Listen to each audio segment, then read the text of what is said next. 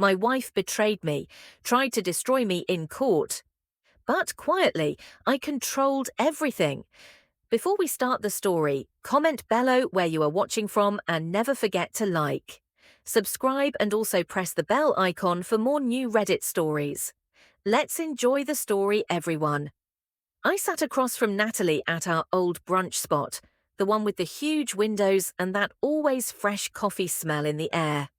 12 years of marriage, and there she was, sliding divorce papers across the table like she was handing me a menu. She wore this smug little smile, like she'd just pulled off the perfect trick. I didn't expect it. Not the papers, not the smirk, not the way she leaned back in her chair like she'd already won. Natalie was always clever, but this was another level entirely. Sunlight hit her golden hair as she sipped her mimosa, acting like nothing was wrong. Sitting beside her was Logan, her new guy, all muscles and a too shiny watch he kept angling into the light so everyone could see. He grinned at me like I was the punchline to some joke I didn't get. The papers just sat there, crisp, white, clean, like they weren't holding the wreckage of everything we'd built. I didn't touch them. I stared at the papers, then at her, trying to figure out when she became this stranger. 12 years, a life, a home, memories, and she was throwing it all away like stale toast on the counter. I felt the waitress nearby hovering awkwardly, probably wondering why our table had turned ice cold. Natalie didn't care. She just kept that smug look, waiting, maybe hoping I'd blow up or fall apart. But I wasn't giving her that. "You're really doing this here?" I asked, my voice low, steady.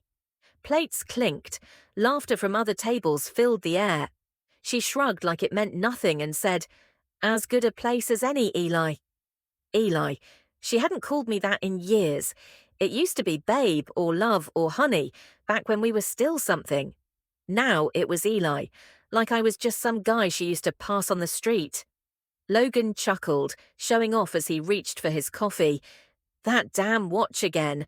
I wanted to slap it off his wrist, but I didn't move. I just sat there, let it all sink in. She'd already signed the papers, bold and loopy, the way she always signed things. This wasn't sudden. She'd planned this, probably for months. I thought back to the late nights, the distant looks, the way she stopped asking how my day went. I thought we were just drifting, but this was her jumping ship. And Logan, he was her lifeboat. I wondered what he had that I didn't. Money, looks, a louder laugh. Whatever it was, she thought it was enough to replace everything we'd built. I picked up the pen, one the waitress left with the bill. Natalie's eyes flicked to it, her smirk deepening. She thought she'd already won, thought I'd drag this out, make a scene, give her a story. But I wasn't here for her games. I signed the brunch receipt, pancakes, eggs, her mimosa, the whole miserable meal, and slid it across the table. "See you in court," I said, locking eyes with her. No yelling, no begging, just those 4 words. Her smile cracked, barely, but I saw it. And Logan? He shifted, confused, like he didn't know what came next now that I wasn't playing along. I stood, dropped enough cash to cover everything, and walked out. The bell above the door jingled, and I felt their eyes on my back. But I didn't turn around. Outside, the air was sharp, clean. I breathed it in like it was the first time in years. I didn't look back. I didn't need to. Natalie thought she'd blindsided me, thought she'd humiliated me in our place, but she never really knew me, not deeply. I'd spent years building something far beyond what she could see. And if she wanted to walk away with Logan and his glittering distractions? Fine. She'd find out soon enough what she was really giving up. The street was alive, people walking dogs, holding shopping bags, laughing like any other Sunday morning. I stuffed my hands in my jacket pockets and headed toward my car. The divorce papers still sat on the table, but in my mind they were already signed. I wasn't angry, not yet. I was awake. For the first time in years, I felt wide awake. Natalie thought this was her big move, her moment. But she didn't even know what game we were playing. I started the car, pulled into traffic. The radio murmured some soft tune, and I let it wash over me. She wanted a fight. She'd get one, but not the kind she was ready for. I thought about calling Jax, my best friend since we were broke kids chasing stupid dreams. He'd probably tell me to laugh and move on, but I didn't call. Not yet. I drove, letting her face play on repeat in my head. That smirk, that certainty. They thought they'd won. They hadn't. This wasn't my ending. This was the beginning. And by the time they realized it, it'd be far too late. I gripped the wheel tighter and turned toward home. Time to start planning. The next day, I sat in my office. The divorce still fresh, but I wasn't unraveling. Not the way she hoped. The room was quiet, just the buzz of the city beyond the windows and the slow tick of the wall clock. I leaned back in my chair, eyes on the ceiling. Natalie never really understood me, thought I was just some boring strategist with a fancy title and a quiet job. She joked about it, half laughing, half serious, like what I did didn't matter. If only she knew. She picked the wrong fight, the truth. I owned far more than she could imagine, quietly, carefully. Back when we were still playing happy, I bought Anders and Reeve LLP, the law firm she'd just hired to dismantle me, not directly, no dramatic movie moment. I did it through a shell company under my family's trust. Even Jax raised an eyebrow when I told him. "Why a law firm?" he asked, leaning against my desk, smirking. "Because real power doesn't shout," I said. "It whispers." And I meant it. I never flaunted money. I didn't need flashy watches or loud cars. The kind of wealth I had moved silently, and it moved things. Natalie thought she'd brought in the wolves, hired the best in the city. Anders and Reeve had a rep for tearing people apart, digging up every receipt, every old email, until you looked like a monster. She probably thought she'd scored the perfect weapon. But what she didn't know, what she couldn't know, every step they made, every plan they whispered in her ear, came from me. Every strategy they plotted was happening right under my roof. I owned them. The junior associate she probably charmed into taking her case. He worked for me. The fancy office where she signed the retainer, mine. It would have been funny if it didn't sting so much. I picked up the phone and dialed Sam. He answered on the second ring, voice relaxed as always. "Hey man, holding up after yesterday?" I heard the soft clink of a coffee mug. He was probably at home, feet up, already easing into the day. "Yeah," I said, keeping it short. "She hired Locke and Wayland." There was a pause, then a low whistle. "No way.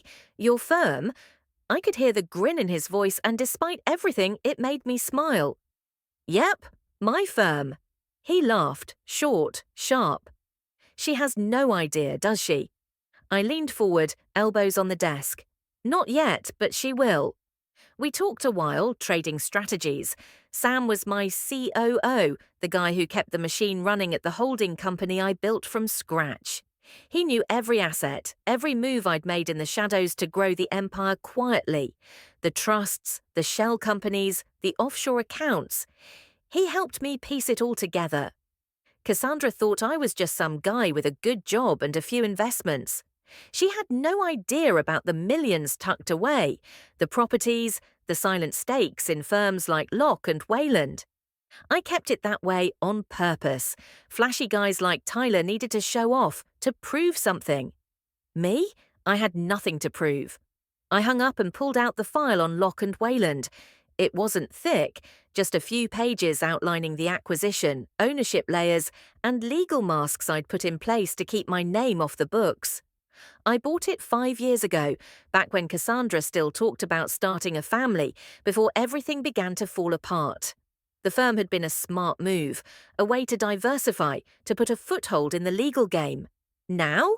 It was a weapon she unknowingly handed me. I flipped through the pages, fingertips grazing the edges, feeling something settle inside me, calm. She wanted to play dirty. Fine, I'd play smarter. The phone buzzed again. It was Graham Leclerc, my attorney. "Mason," he said when I picked up. His voice, all business. Sam gave me the heads up. Locke and Wayland. I nodded, even though he couldn't see me. Yeah, she thinks she's got me boxed in. Graham let out a dry chuckle. She's in for a surprise. You want me to shut it down now or wait until court? I thought about it. Pictured Cassandra's smug smile, the way she tossed her hair like she'd already won. Wait, I said. Let her walk in thinking she's got it all figured out, then we pull the rug. He didn't argue. Graham was sharp. He never wasted words. Got it, see you in court. I hung up and leaned back, the city skyline stretching beyond the glass. Cassandra thought this divorce was her shot at taking me down, walking away with everything I built. She didn't even know the half of it. The money she thought she could touch. That was just the surface, the part I let her see. The real wealth, the real power was buried so deep she'd never find it. And Locke and Wayland, that was just the beginning. I closed the file, slid it back into the drawer and locked it. Let her come at me with her lawyers and her shiny new boyfriend. Let her think she was in control. I'd been building this empire for years, quiet, steady, and I wasn't about to let anyone, especially her, tear it down. Court day. I woke up the day of the hearing with a heavy kind of calm, the kind that settles right before a storm. The divorce proceedings were only hours away, and I could already picture Cassandra, walking in polished, ready to take me apart. I stepped out of bed, the hardwood cold under my feet. Shower, coffee, suit. Nothing fancy, just a charcoal jacket and pants I'd worn to 100 meetings. This wasn't about looking sharp, it was about being ready. I adjusted my tie in the mirror, thinking about how she probably spent hours on her look. Something sleek and expensive to match Tyler's over-the-top style. That was her game. Mine, silence, strategy, control. I grabbed my keys and headed out. The morning sun just started to slice through the haze. Sam was meeting me at the courthouse. He'd texted earlier. No questions asked. That was Sam, always there, no drama. I drove in silence, no music, just my thoughts bouncing around. I wasn't nervous, not exactly. I'd faced worse, built my life from the ground up. This question mark, this wouldn't break me. Cassandra thought she had the upper hand. Fancy lawyers, a new man dangling on her arm like a trophy. She didn't know what I had waiting for her. When I pulled up, Sam was already there, leaning against a stone column, hands in his pockets. He grinned when he saw me, that same easy smile from when we were kids. "Looking sharp, Mason," he said, falling into step beside me. "Ready to watch her squirm?" I gave a slight nod. "Yeah, let's get it done." He clapped my shoulder and we walked in. Our footsteps echoed against the marble. The air inside smelled like old wood and paper, the kind of scent that sticks with you. People moved all around us, lawyers, clerks, lost civilians. I kept my eyes forward. We found the courtroom. I saw Cassandra before she saw me. She was standing near the front, wearing a sleek black power suit, probably worth more than my car payment. Tyler stood next to her, all broad shoulders and cocky grin, his arm around her waist like she was a prize he'd won. She didn't even glance my way, just tossed her hair and laughed at something he said. Her voice cut through the room. I felt a flicker, anger maybe, or just irritation, but I pushed it down, not the time. I sat at the defense table. Sam slid in next to me, still grinning like he knew something she didn't. He did. We both did. Graham arrived a moment later. Suit crisp, expression all business. He dropped his briefcase, started flipping through paperwork. "Morning," he said quietly. "They're cocky. Good, makes it easier." I nodded, watching him work. He was a surgical kind of lawyer, clean, ruthless. I hired him years ago for a merger. Today, he was here to dismantle Cassandra's game, piece by piece. Across the aisle, Cassandra's lawyer, Braden Sloan, was fussing with his tie, notes scattered in front of him like he was about to pitch to a stadium. He looked hungry, like this was his big break. She must have picked him because he was eager, the type who'd fight dirty just to prove himself. She leaned over, whispered something, her fingers brushing his sleeve. He nodded, all puffed up. Tyler leaned back in his seat, legs spread like he owned the room. I almost laughed. They had no clue what was coming. The bailiff stepped forward, voice booming. "All rise for the Honourable Judge Evelyn Stratton." Everyone stood. The shuffle of clothes and papers filled the room. I stood tall, hands at my sides. The judge entered, maybe 60, silver hair pulled tight, eyes like razors. She sat, adjusted her glasses, then gave a small nod. "Be seated," she said, her voice firm. "Let's keep this professional." We sat. Sam nudged me under the table, still smiling. This was it. Judge Stratton scanned her papers, then looked up. "Case number 40,721, Cassidy versus Knox," she said, flat and clear. "Counsel, identify yourselves." Graham stood, buttoning his jacket. "Graham Leclerc, representing Mason Knox, Your Honour." He sat smoothly. Then Braden jumped up, smile too big for the room. He sat down, looking proud, like just saying the firm's name was a win. I glanced at Madison.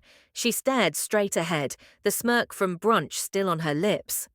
Noah, her new guy, shifted beside her, checking his watch again like he thought this would be quick. They believed I was just the quiet husband she could steamroll. I leaned back in my chair, face unreadable. The courtroom felt tighter now, the air heavier, like everyone was waiting for something big. Judge Ramsey tapped her pen once, twice, then set it down.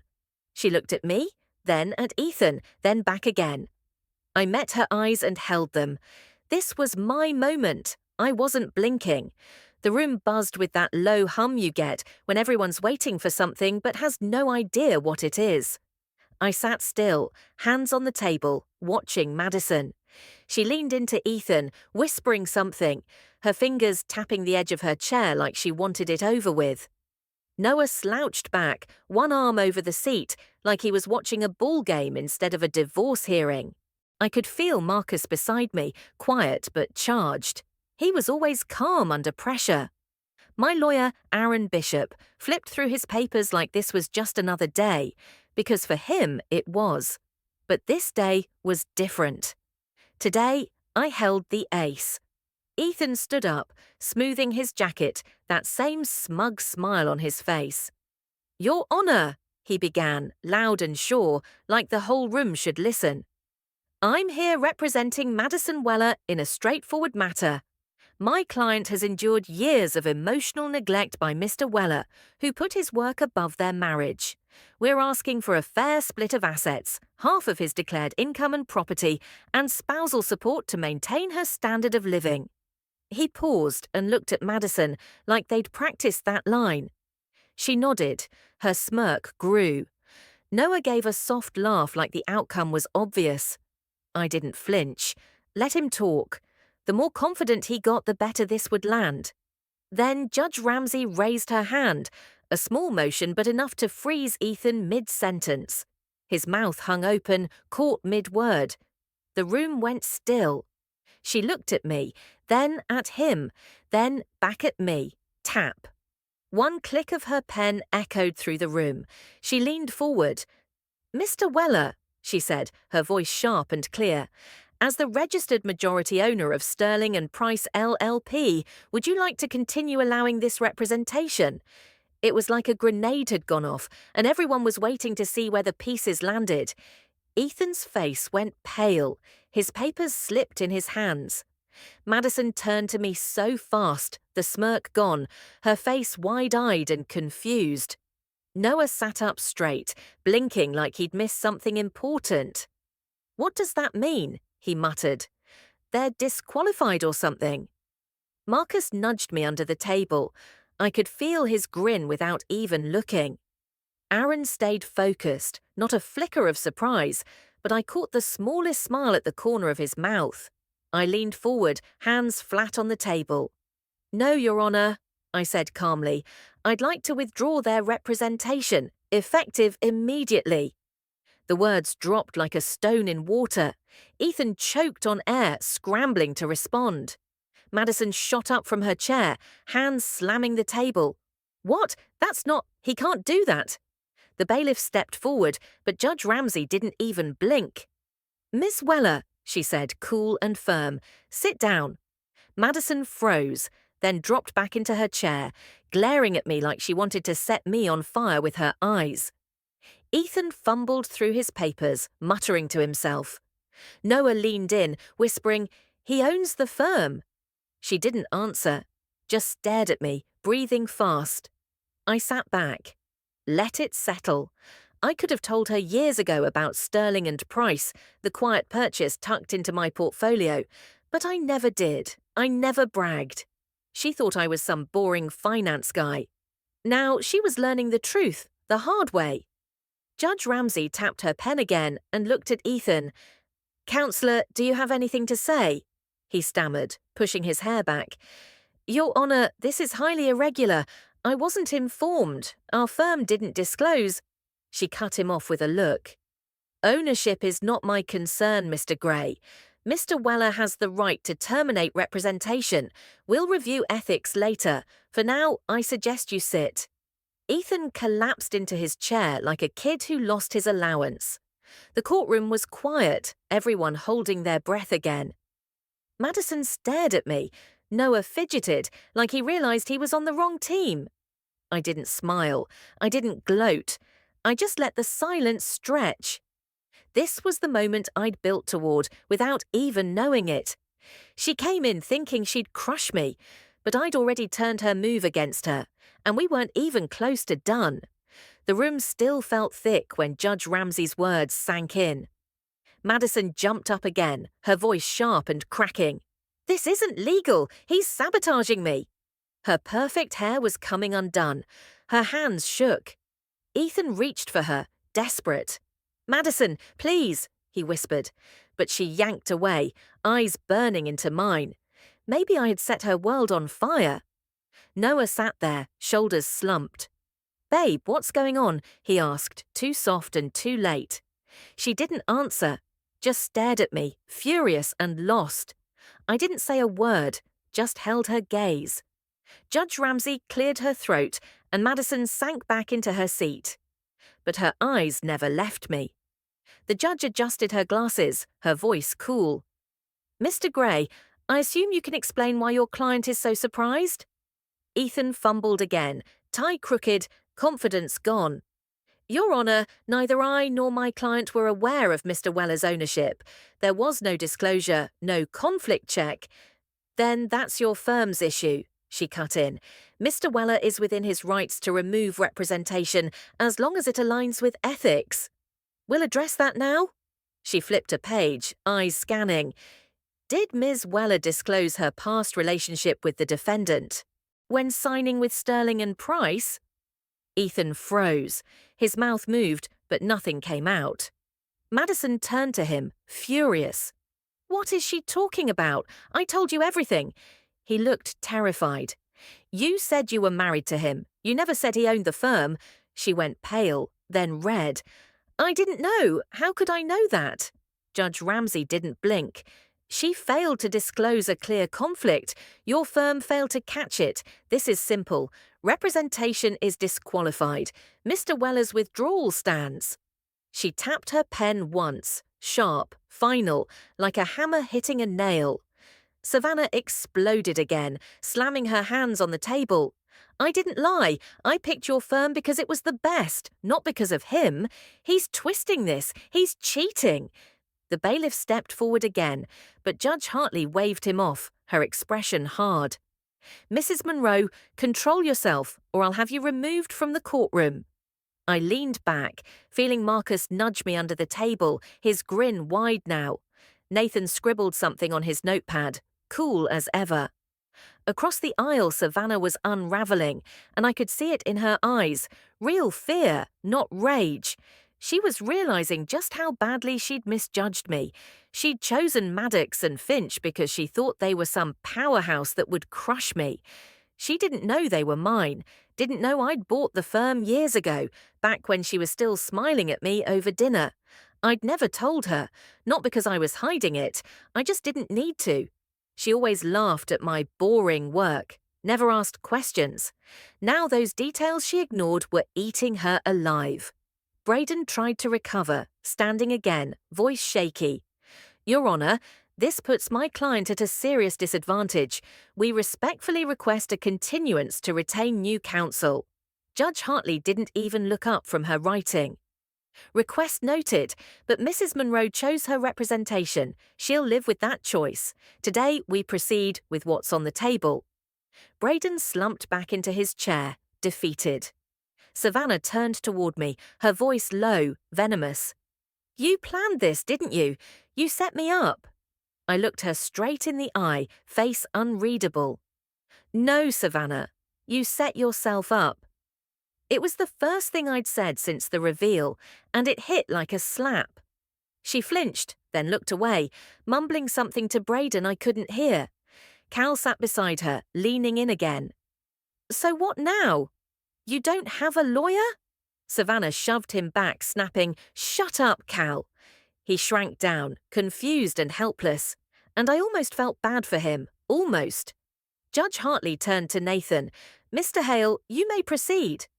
Nathan stood, smooth and composed. He laid out our side clean and clear. No drama, just facts. Our marriage had ended. I'd supported her. Her claims were exaggerated, simple, steady, effective. Savannah had nothing to counter it now.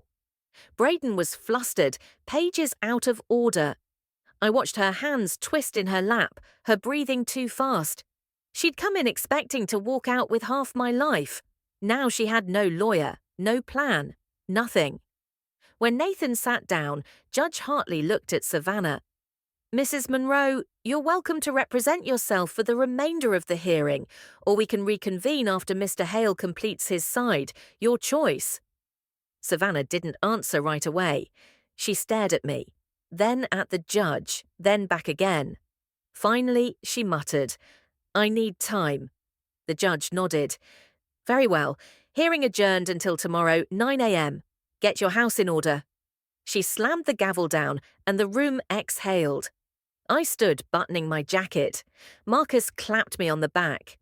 That was beautiful, man. He chuckled low. I didn't smile, just nodded and walked toward the door. Savannah was still sitting there, eyes drilling into me. I didn't look back. She'd figure it out soon enough. This wasn't sabotage. It was me, playing the hand I'd held the whole time. I walked out of the courtroom with Marcus beside me, Judge Hartley's gavel still echoing in my head. The hallway buzzed, attorneys barking into phones, clerks carrying files. But for me, everything felt still. Back there, Savannah was probably blowing up, yelling at Braden, lashing out at Cal, blaming everyone but herself. I didn't care. I'd flipped her entire game upside down. Now she had nothing, no strategy, no team, just a mess of her own making. Marcus nudged me as we reached the stairs. She's going to lose it out there. You see her face when the judge shut her down? I nodded, eyes ahead. Yeah, she didn't see it coming. Outside, the March air hit cold and sharp. I stopped on the courthouse steps, hands in my pockets, breathing it in. Marcus leaned on the railing, grinning like he'd just won a bet. What's next? She's got nobody left. Think she'll cave? I shrugged, watching the traffic pass below. Maybe. Depends how stubborn she wants to be. He laughed, a quick, satisfied sound. Stubborn's her middle name, but she's cornered now. No reputable lawyer was jumping into a blown-up case with a client who just got shut down by a judge and chewed out by her own team. Not when Cal was heckling the bailiff like some drunk fan at a football game. She dug her own hole, and now she was standing in it, alone. Almost made me feel sorry for her. Almost. Back at the office, I found Nathan already at the table, sleeves rolled up, coffee steaming in front of him. She's got until tomorrow morning, he said without looking up. But she's not landing anyone decent, not in that time. Best she'll find is some bottom feeder who'll take her money and flail. I sat down across from him, loosening my tie. What's our play? He tapped a few keys, then slid a folder over to me. We offer a settlement. Clean, fair. She signs, we walk. She fights, she loses more. I opened the folder. Numbers, terms. A breakdown of what I was willing to give her. It wasn't half, not even close, but it was enough to keep her quiet. Let her walk away with something. The house, some cash, a little piece of what she thought she was owed. The real assets, trusts, offshore accounts, strategic holdings, those were untouchable, locked tight. Nathan leaned back, sipping his coffee. She'll hate it, but she's got no leverage. Judge Hartley's already pissed. If Savannah wastes more time tomorrow, she's threatening sanctions. I nodded, flipping the pages. Think she'll take it? He gave a half smirk. She won't want to, but she's not stupid. Once she calms down, she'll see. It's her only way out.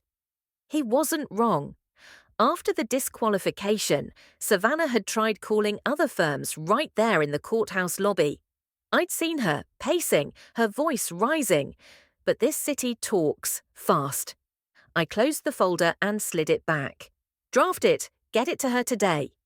Nathan nodded and got to work, fingers flying across the keys. I stood and walked to the window, looking out at the city below. 12 years, wrapped up in a few sheets of paper. Didn't feel like a win. Not yet. Just another step.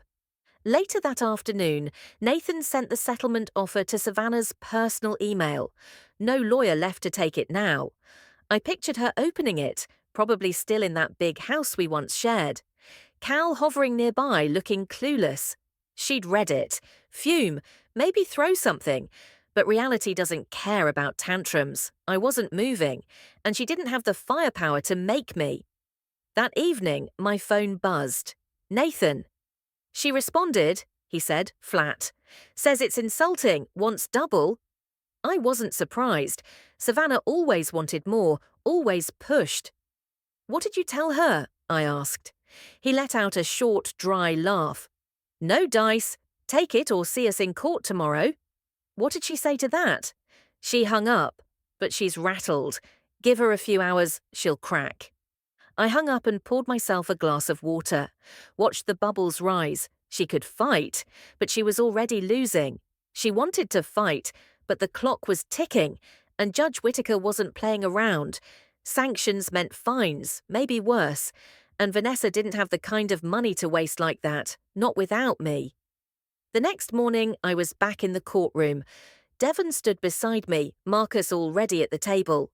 Vanessa walked in late, no lawyer, just Jason trailing behind her like a lost puppy.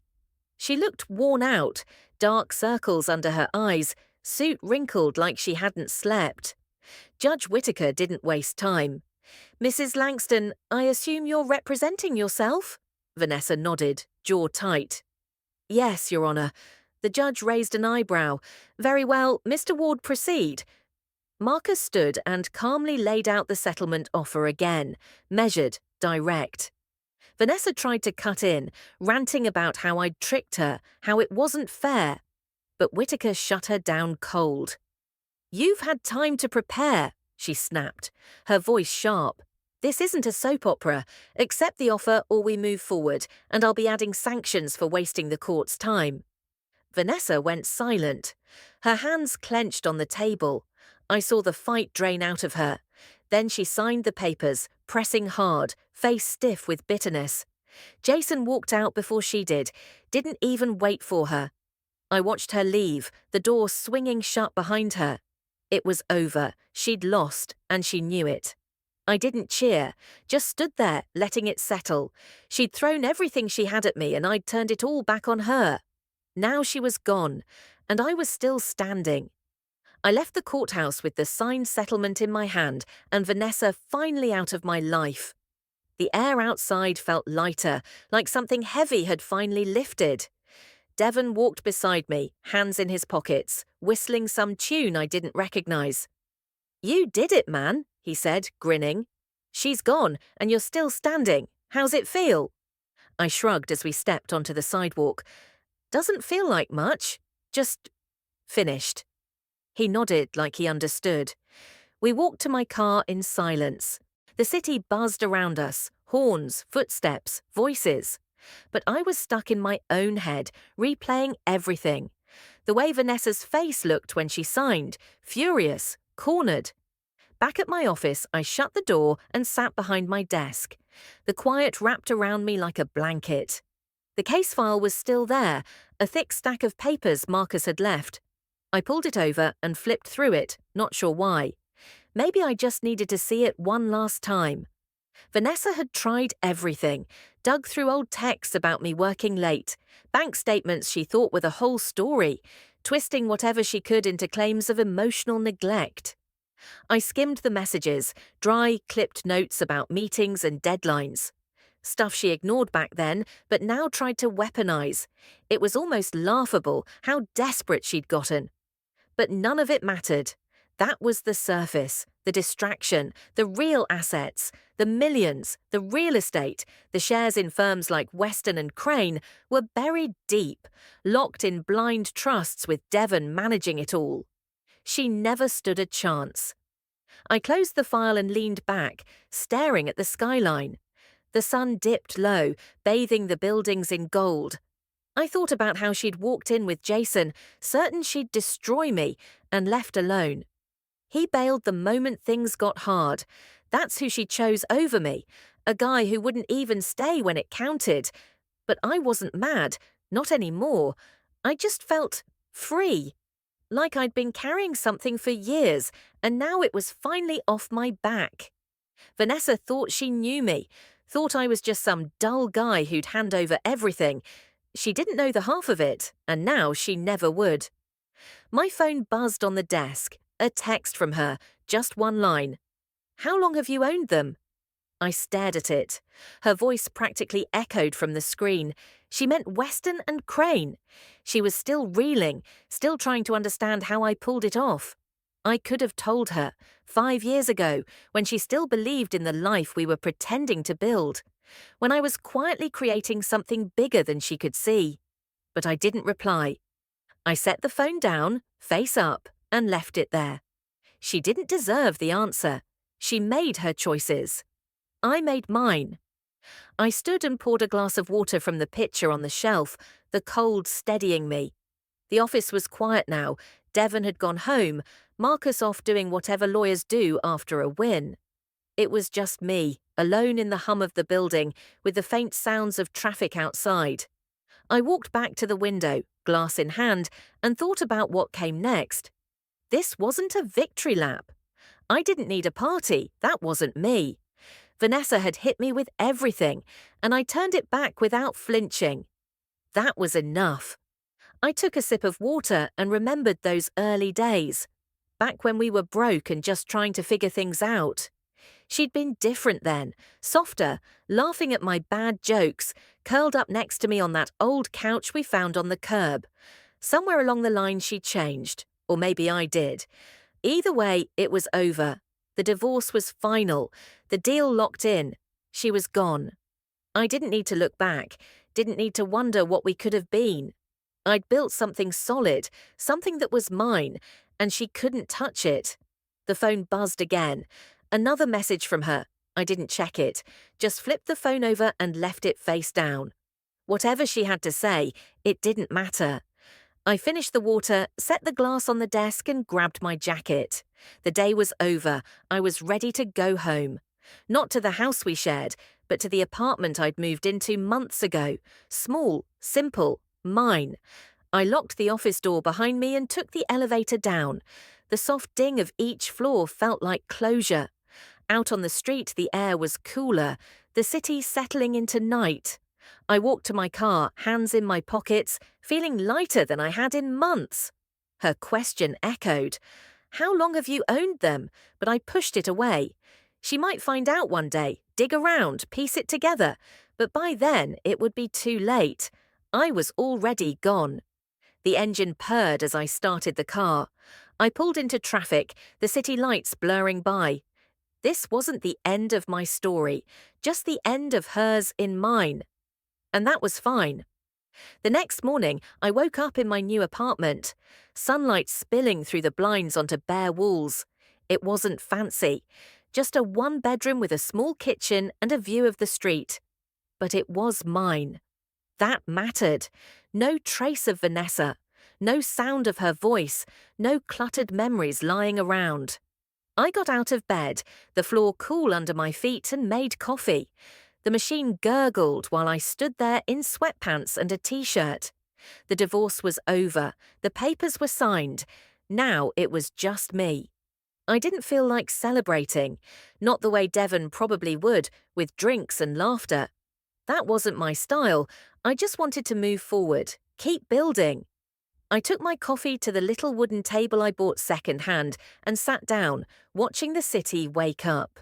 Cars passed, people hurried by. I thought about the last few days, the courtroom, Vanessa's breakdown, the way her jaw clenched when she signed that settlement, how her eyes burned with anger. She'd lost. I walked away whole, but it didn't feel like some big win. Not really. It felt like a door closing, quiet, final, leaving me on this side with a clean slate. I took a long sip of coffee, black, strong, and let that feeling settle in. A clean slate. I could do anything now. By noon, I was back at the office, sitting in the conference room with Marcus and Devon. The air smelled like printer ink and the sandwiches we'd ordered in. Marcus still had that post-hearing high, tie loosened, a rare smile tugging at his face. "We should have seen her face when you shut down Blackwell and Pierce," he said, leaning back in his chair. "Priceless," said Leo, laughing and biting into his turkey sub. "She really thought she had you, man. Thought she'd walk away with your whole life in her purse." I nodded, picking at my own sandwich. Yeah, she didn't know who she was up against. After that, we talked business. Real business, not just the divorce drama. I'd been thinking about the firm, Blackwell and Pierce, ever since the hearing. Sure, it was mine, but it didn't feel right keeping it under that name. Something tied to the old regime and Natalie's failed power move. "I want to rename it," I said, looking at Leo and Marcus. "Clean it up, shift the direction." Marcus raised an eyebrow, setting his coffee down. "You serious?" "That's a big change." Leo grinned, leaning forward. "Hell yeah, he's serious. My name on a law firm. I'm in." I smirked, first real smile I'd had in days. "It's not just a new name. We go into tech litigation, non-profit cases. We make it ours." Marcus didn't argue. He just nodded, already mapping it out. "I like it. New start, new path. I'm in." Right there, I made him partner. No hesitation. He'd earned it, staying through the storm, turning Natalie's assault into dust. We shook hands, and Leo clapped us both on the back, laughing. "Rivera and Knox," he said. "Sounds like a powerhouse already." And it did. It felt right. Something solid. Something I could build with the two people I trusted most. We spent that afternoon sketching it out, branding, client lists, new cases. A quiet nod to where we started. Leo and me, broke but full of ideas. Later that week, Natalie texted again. I was at my desk, skimming through emails, when it popped up. "I'm sorry, Miles. I didn't mean for it to go this far." I stared at it. The words just sat there, like they expected something from me. An apology? After all that? But I didn't feel angry. Didn't really feel anything. She'd made her choices. Carter, the divorce, the courtroom meltdowns. And I'd made mine. I didn't owe her a reply. Didn't owe her a thing. I deleted the message and kept working. The hum of the office filled the silence. Days turned into weeks. I settled into a new rhythm. Rivera and Knox began to take shape. Marcus brought in a tech startup case, small company fending off a patent grab by a corporate giant. And we won. Clean. I liked that. Helping the little guy, the ones who reminded me of me. I started spending less time in the office, letting Leo and Marcus lead more. I needed space, time to figure out who I was without Natalie's shadow around every corner. I wasn't hiding, not like before when I kept my money buried to dodge attention. This was different.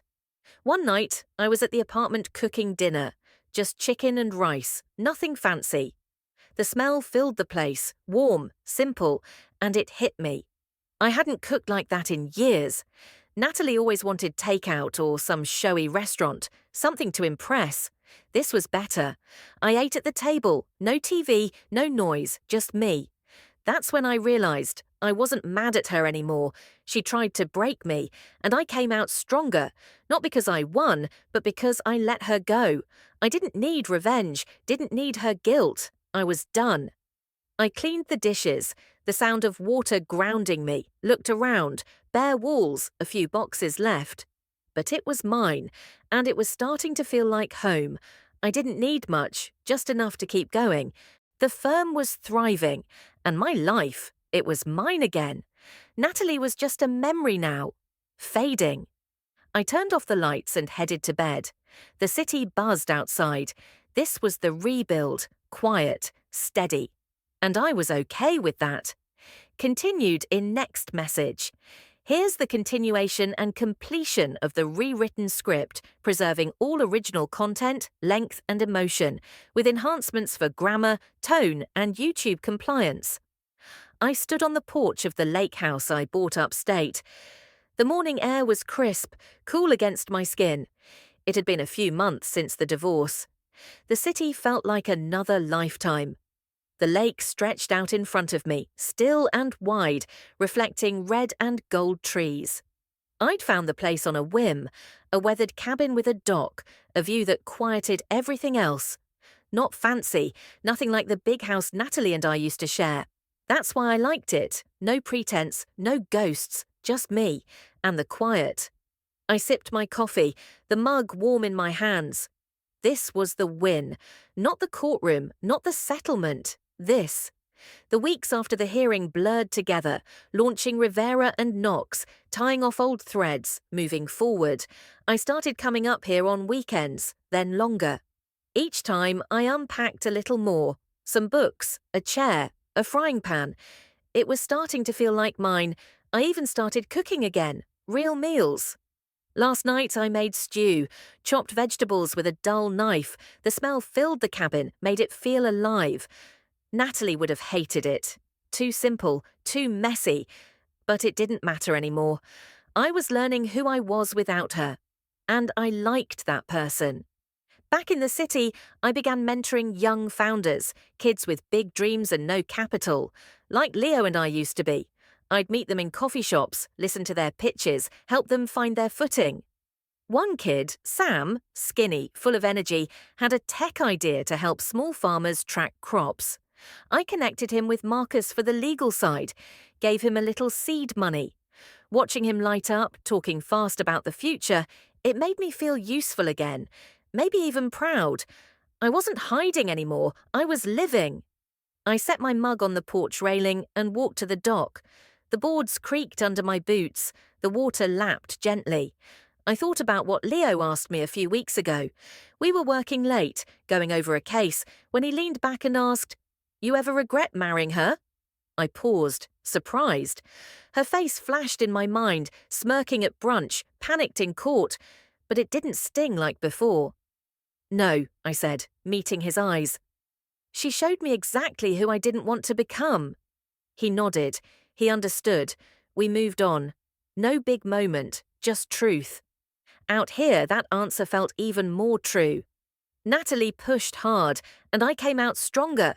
She wanted flash, control, attention. I wanted something real, steady. That's why I built what I built, quietly, piece by piece. Not for applause, for me. She thought she could take it, and I let her believe it, right up until I pulled the plug. But it wasn't about beating her. It was about knowing who I was and protecting it. The lake house, the firm, the kids I was helping. That was the win. Not her walking away with nothing. I stepped back into the cabin, the screen door slapping shut behind me. Wooden walls, stone fireplace. The couch I brought up myself. I'd left the city chaos behind, but I wasn't running. I still went back for meetings, checked in with Leo and Marcus. But this place, this was my anchor. I grabbed a book from the shelf, something old, second-hand, settled into the couch. The fire crackled low, the pages blurred as my mind drifted.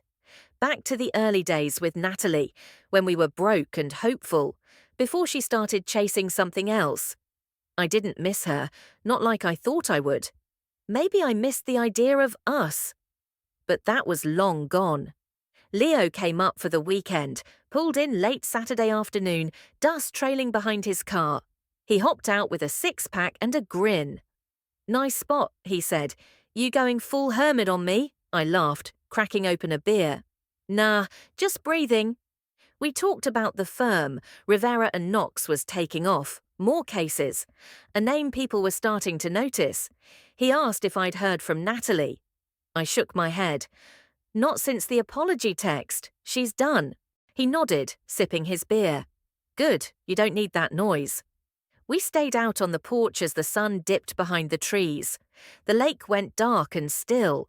He was right. I didn't need the noise. I'd spent years building in silence, keeping it all hidden. Now I could finally step into the light, on my terms. The real win wasn't the money, wasn't even the firm. It was this: clarity, peace, a life that fit. I leaned back, night settling in around me, and felt whole. That was enough. A year later, I sat in the back of a courtroom, the bench hard beneath me, the air thick with tension and old paper. Not my case this time, a wrongful termination suit, a single mom named Tara going up against a giant corporation that fired her for needing time off to care for her kid.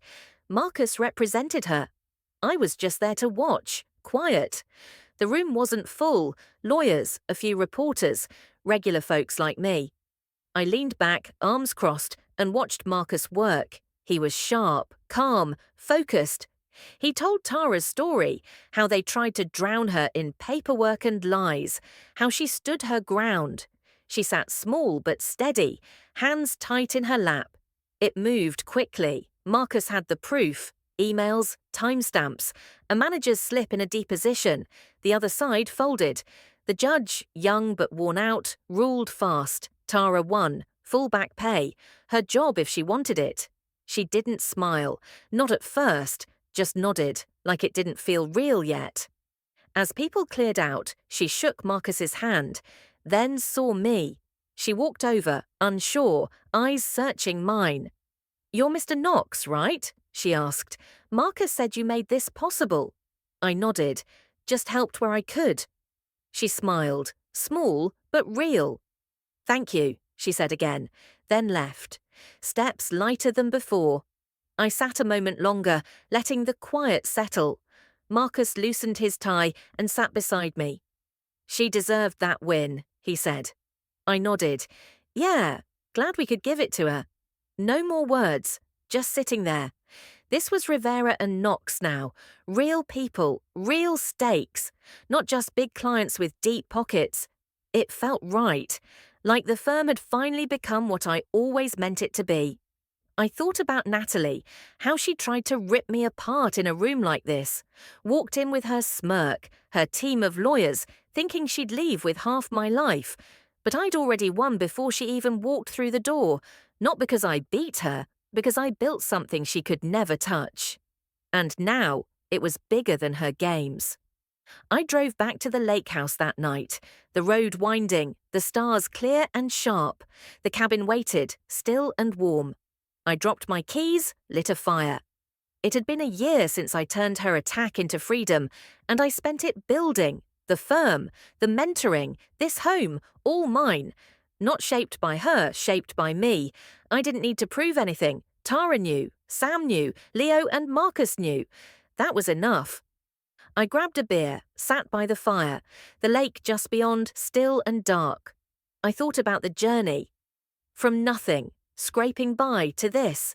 Natalie was part of it, but she never understood it. She saw money, status. I saw roots. That's why I bought Blackwell and Pierce, why I buried my wealth in trusts and shells. Not to hide it, to protect it, so no one could take it. She tried, and I let her think she could, right up until I didn't. The fire popped. I took a sip. No regrets. She made me see what I was made of, forced me to draw a line. Without her, maybe I'd still be coasting. Now I was here, in a cabin that fit, with a firm that mattered, and a life I'd built with both hands. I didn't need her to lose for me to win. I won by letting go, by building what she couldn't break. I set the bottle down, leaned back. The night stretched out around me, quiet, deep, and I felt it. Freedom. Not many people knew who I was, not the whole story, not the broke kid who built something from nothing, not the man who outmaneuvered his ex in court, not the one sitting here now, whole, free. And that's exactly how I liked it. I closed my eyes, the fire's glow warming my face, and let the peace take over. She came to court thinking she'd destroy me, but I'd already won before she even stepped through the door.